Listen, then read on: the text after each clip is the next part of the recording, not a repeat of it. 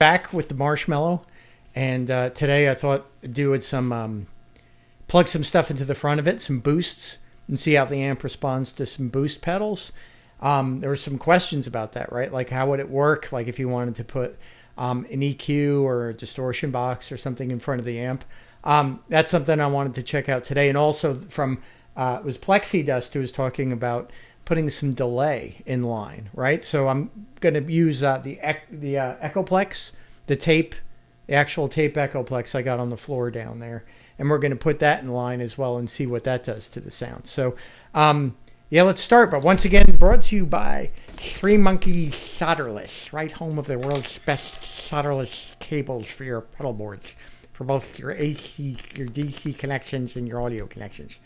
So check us out at 3monkeyssolderless.com. All right, so let's start. We have the Marshmello set up. So we have guitar, Marshmello, load box, aux, greenback setting, GarageBand, some reverb in the GarageBand. So let's begin, and we'll give our bass tone.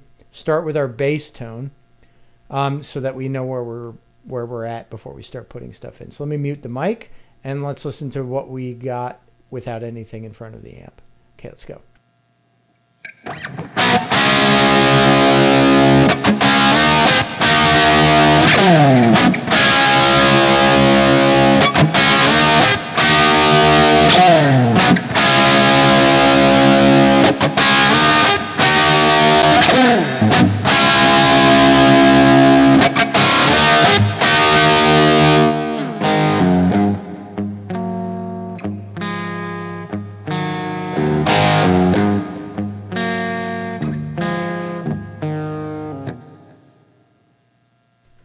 Okay, so we got, that is our bass sound of just the amp.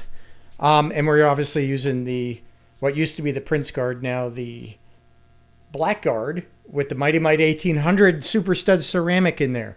All right, so let's first go with, we got the GE10 set up and ready to go. So let's flip the switch and see what that does to it. Okay, EQ is now in. It's nice and quiet too. I like the GE for that. So let's see what we get. Let's mute the mic.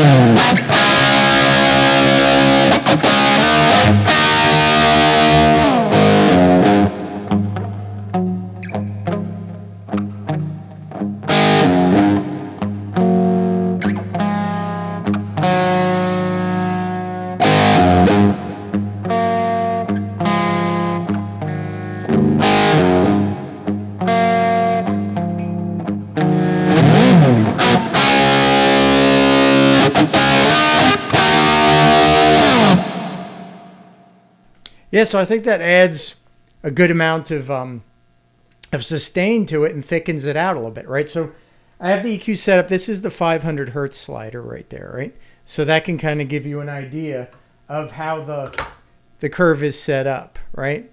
With a center around 500 hertz. And the level is up right now about +5. I mean, it can go higher. I mean, we could try that for a quick second, just see what we get, right? That might be interesting. So let me mute it and let's see what it does.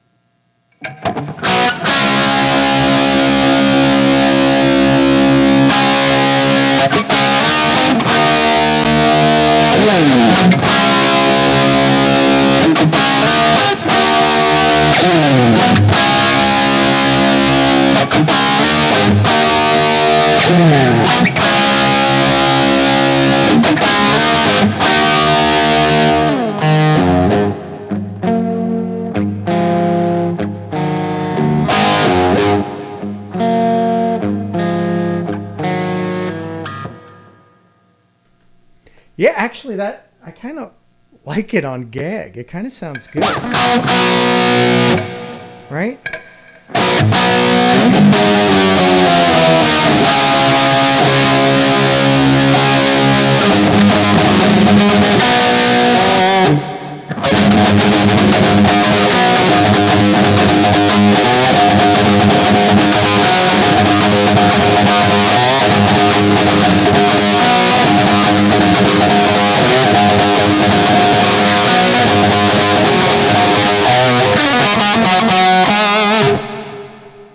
Okay, so let's move on to the next victim.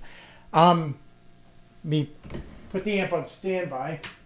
All right, so the next possible candidate for messing around with would be this 6-band MXR unit, right? And so let's put it in line and see what it does.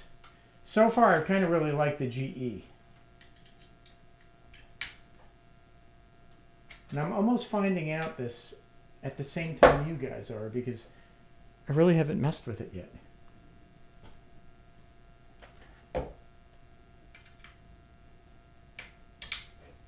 There we go. All right, let's see what we get.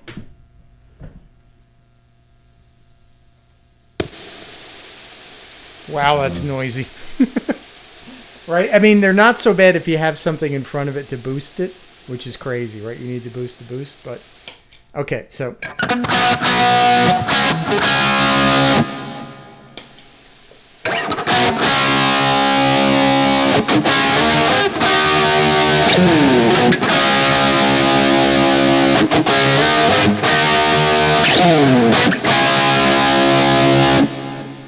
forgot to mute them.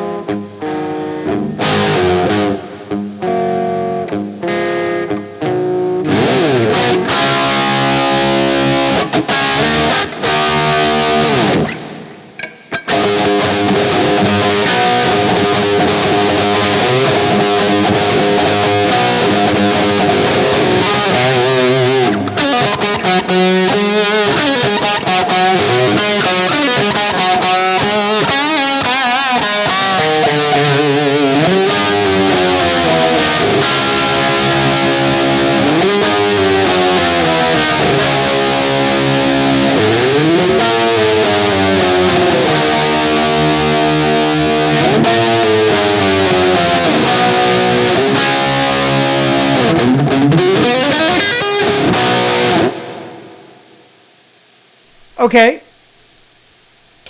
Let's bypass that. That's a little noisy. Has a little bit of a more of a nasal honky kind of sound to it.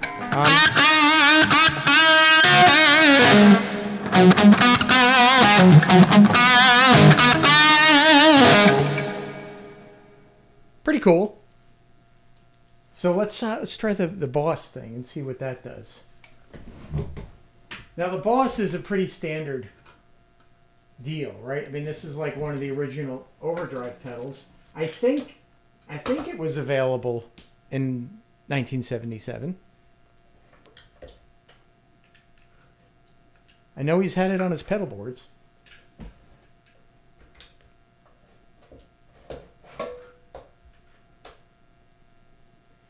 Okay, let's see what we get.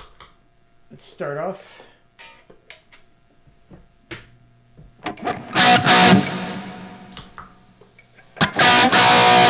All right, I'm going to hit the mic.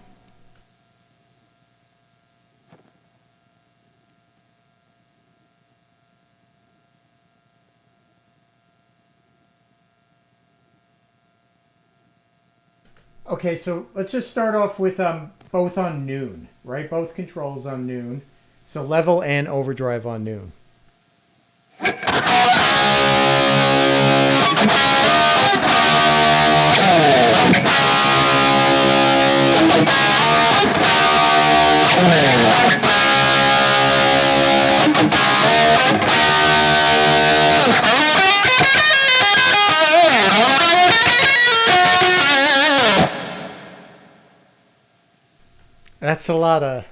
That's a spicy meatball right there.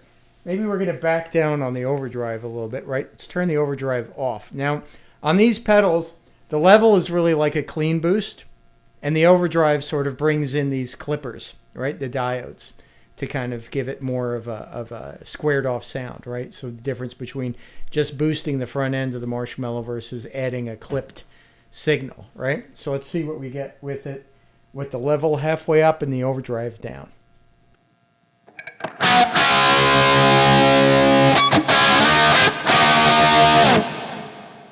Okay, it's pretty tame, right? So let's bring it out.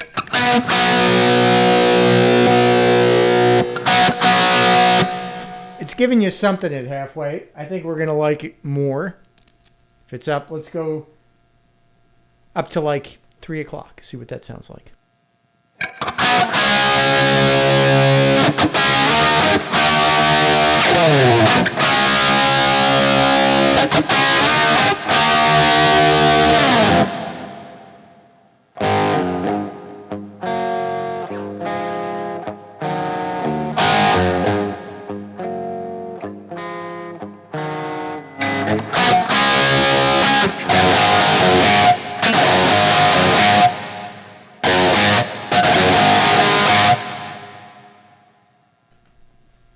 Yeah, it's pretty interesting. I think it's a little bit brighter than the other two options. Now it's all the way up.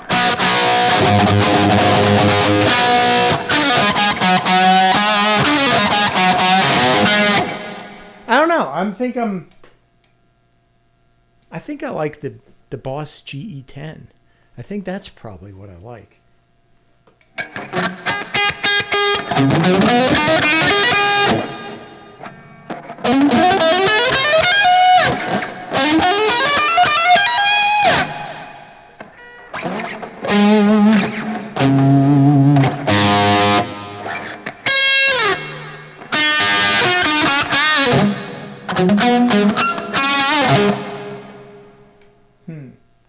Okay, let's go back to the Boss, to the GE10.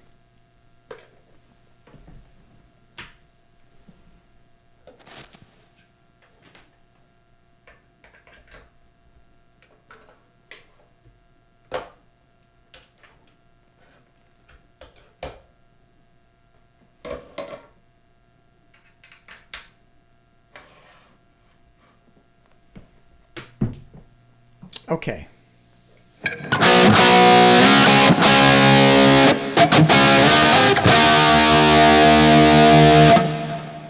Yeah, I'm digging. I think it has that more meat in there. And let's bring up the slider a little bit. We don't have to put it up all the way. Let's bring it up just a little bit. So we're on like 8 dBs when it can go up to 12. Right?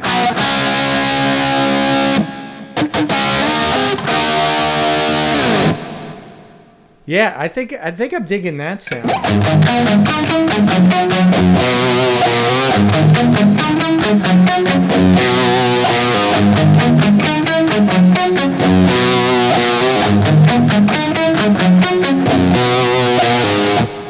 All right, I think to me that's the winner, but I want to hear what you guys think. So I'm thinking the Boss is the winner. Now comes time to hey, put the guitar down. Now comes the time to go through the thickening, a little bit more thickening maybe, right? So using the old EP3 Echoplex tape delay that I have. So the way I'm planning on running it for this, let me get some of the pink drink, is to run, I think we're going to end up slaving in the end. That's just, I think, what's going on here. But so we're going to get there. So let's say we got the EQ in front of the amp, then we have our load box, and then we go down into the EQ, or rather the Echoplex, right? And then right now we're not going to go into another amp, but I think we're going to eventually get there.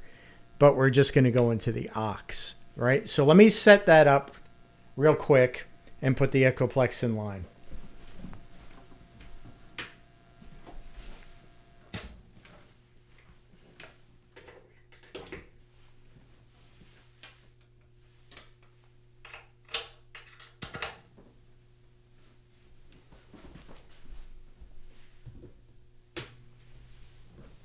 Okay. Now I can already hear a difference in the noise floor in terms of what you're hearing. So it sounds to me like just right now that we've probably lost some top end. Interesting. Right? So let's We have our EQ on. We've got the Echoplex in there, and it's set on a very short slap, like 4 milliseconds. The slider's all the way down. I wish I could put it up here on the table, but I can't.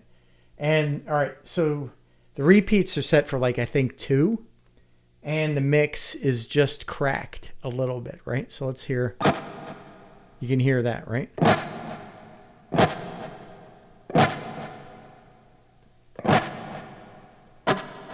All right, let's see what it sounds like.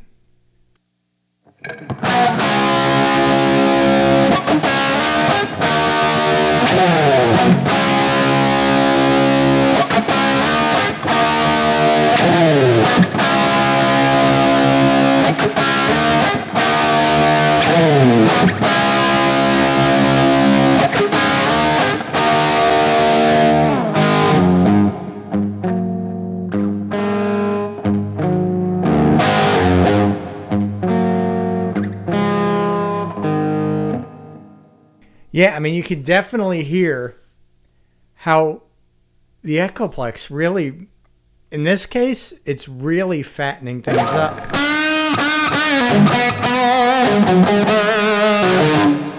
Right? I mean, you lose a lot of top. Now, when you go into slaving, you tend to gain a lot of top back. Right? So that's a good thing. I think having the Echoplex do that sort of a thing is going to be helpful in the long run. And this is sort of why, I'm still absolutely sold on analog, right? I mean, granted, we're using a little bit of digital, right, in the aux box in order to make things manageable. But I really think we'd be getting a better sound, closer in reality, if we were using microphones. But I just can't be that loud here, right? And it's not practical, right? So the practicality of it. But in going back to talking about like the analog versus the digital stuff, right? So I have a bunch of Echoplex pedals, right, that were made by MXR, and they do, a pretty good job, and other delays do good jobs. But what they lack is the interaction with the signals. Right? That the pedals, they don't emulate that, right? Like when they're loading issues, right? When one's not being loaded right, or it's being used in the wrong position, and it tends to roll off high end or emphasize high end. I mean, these are things that when the designers of let's say DSPs or when they're developing, these clones of pedals, let's say like the Eventide, right? When you go a difference between, like our Eventide down here on the rack, the 949, right? Which we'll be putting in as well too, into this sort of bouillabaisse as well in the near future.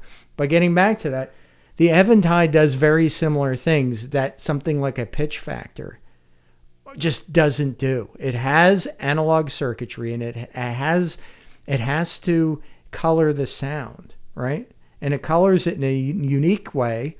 And it's different depending upon your signal chain, right? So sometimes you don't notice the coloring as much, and other times it becomes very apparent. But the Eventides, they have, compander cards in there, right? DBX compander cards in there, compressor expander cards. And those things are, they're very interesting the way they work, and the Echoplexes have compressor boards in them too. That particular one does not. The compressor board is out.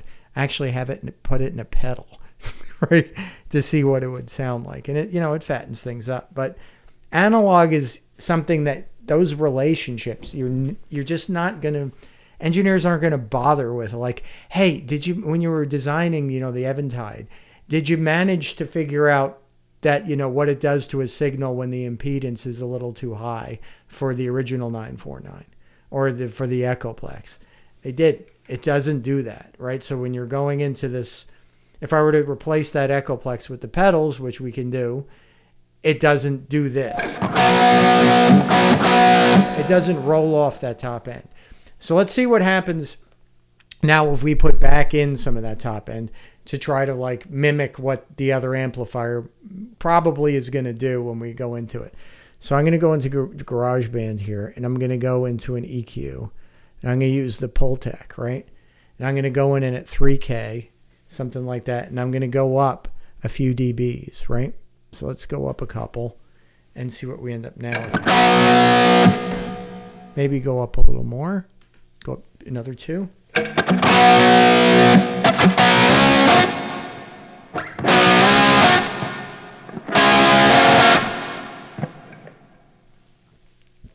A little Stonesy.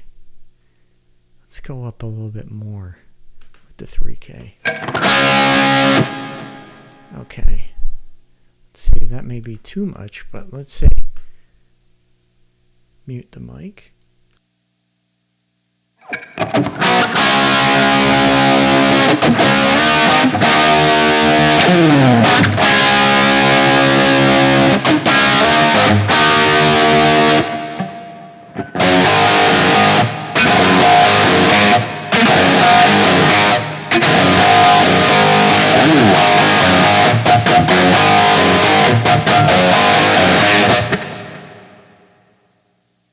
Interesting. It does almost give a little bit of a thickening chorusing effect.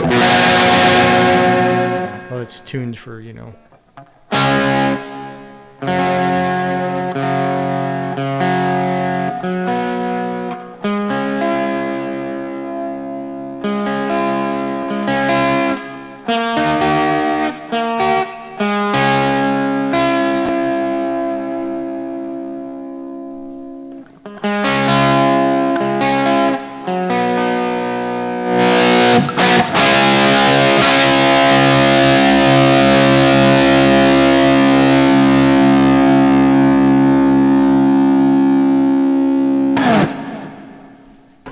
I like the way that kind of fattens things up. So I think that's going to be, I think we're starting to get it a little closer to the signal chain. So the next thing I think to work on would be the second amp, right? And there's a few possibilities of how the second amp could be built, right? And I'm going to do that. I'm not going to do it to the 100 watter up there. I'm going to leave that one alone. But I've got a 50 watter, kind of like a test bed. And there would be 3 ways I would see if I was like, if someone were to come up to me like Eddie or whatever and say, listen, I want to do this kind of a setup. I would suggest 3 possibilities of how you could enter the Marshall, right? Which would give you 3 different tonal possibilities. First would be the most obvious. Leave it alone and just plug into one of the 4 holes, right? And to me, I don't think that was it. It's a little too crazy for my ear. It's a little too crazy, a little too uncontrollable. Way too bright and hysterical, right? So that's possibility 1. Possibility 2 would be to take the input jack, right? Let's say one of whichever one you want on either side, and take it off of the first tube and bring it over to the cathode follower. So when you enter into that, you're going right into the tone stack, right? So your tone controls will still work. The preamp gains will be out of the situation, and you'll be able to sculpt your tone a little bit with the bass, middle, treble, presence, right? The other thing I would suggest if I, to the person, if I were to do that, would be, why don't we use the other preamp volumes, use one of them as a master volume, right? Why not? And put it right after, as a pre-phase inverter master, putting it right after the treble pot, right? So that way you could dial in how loud you wanted it, right? Because, I mean, if you're talking about the whole reason for doing this could be, for managing stage volume, for doing things like that, I would think that you wouldn't want to adjust it from the load box, because that would affect your drive to your amp. And if you're relying upon that for a little extra sustain at lower volumes, you're going to be losing it, right? So to me, you would want to leave that relationship alone, and you would want to put a master volume on the second head, right? And lo and behold, that's, what you would end up with in the Marshall, tube power amps that came out in the 80s. Now, they didn't have the tone controls on them, but, you had basically a master volume and a presence, right? So the 9005, I think it was a 50 watt or 100 watt tube, 4 rack space power amplifier. I used to have one. They sounded great. They were stereo, and they had a presence control and a volume control, right? One's the master, and the other one was the the fact that it was just a Marshall power amp with the presence control still stuck there. So we're going to try that. We're going to try that second way, going straight in there. And the third way we've been doing is a line in, right? You just go into the back of the amplifier, or rather go into the phase inverter, and you don't have any issues in terms of working the tone controls. That becomes it's no longer an issue, but you would have to use now for your controlling your volume. You've got another problem again, right? So now you got to use your box to control your volume, which would limit your drive.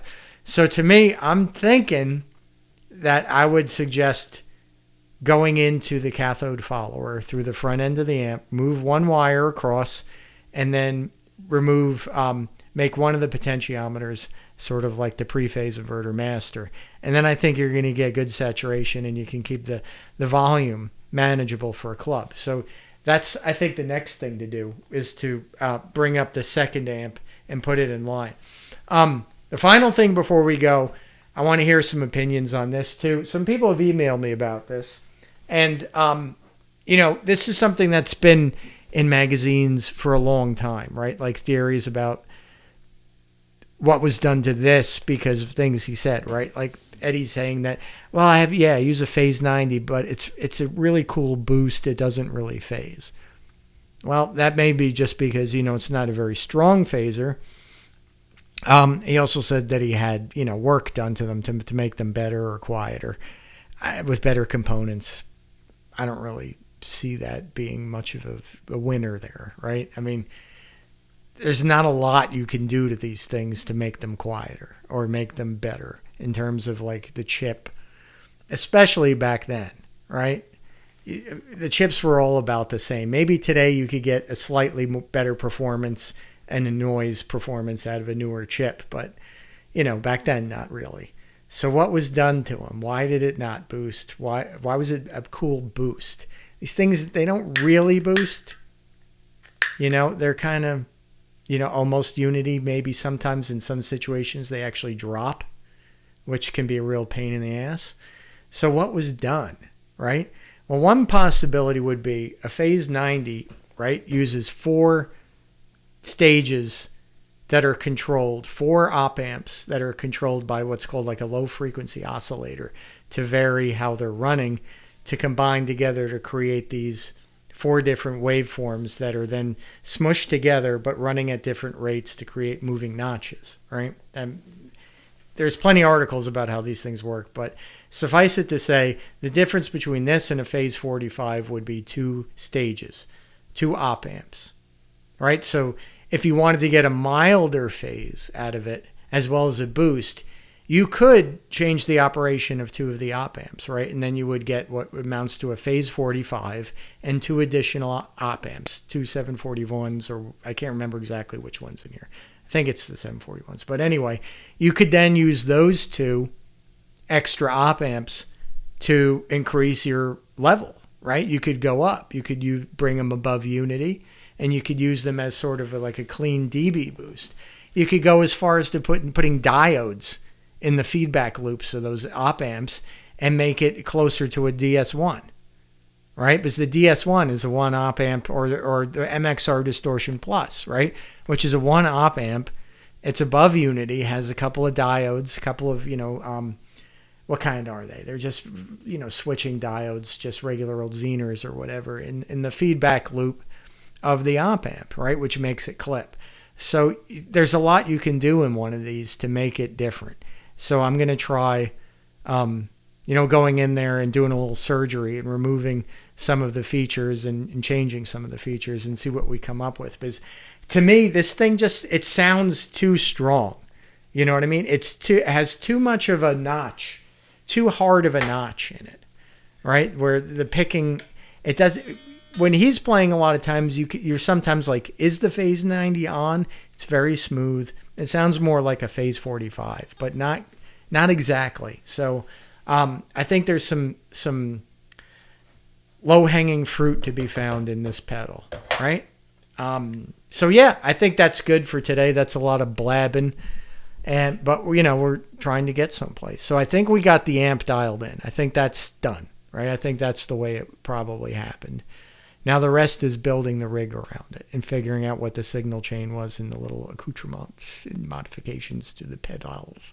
So anyway, thanks for watching, and we'll see you next time.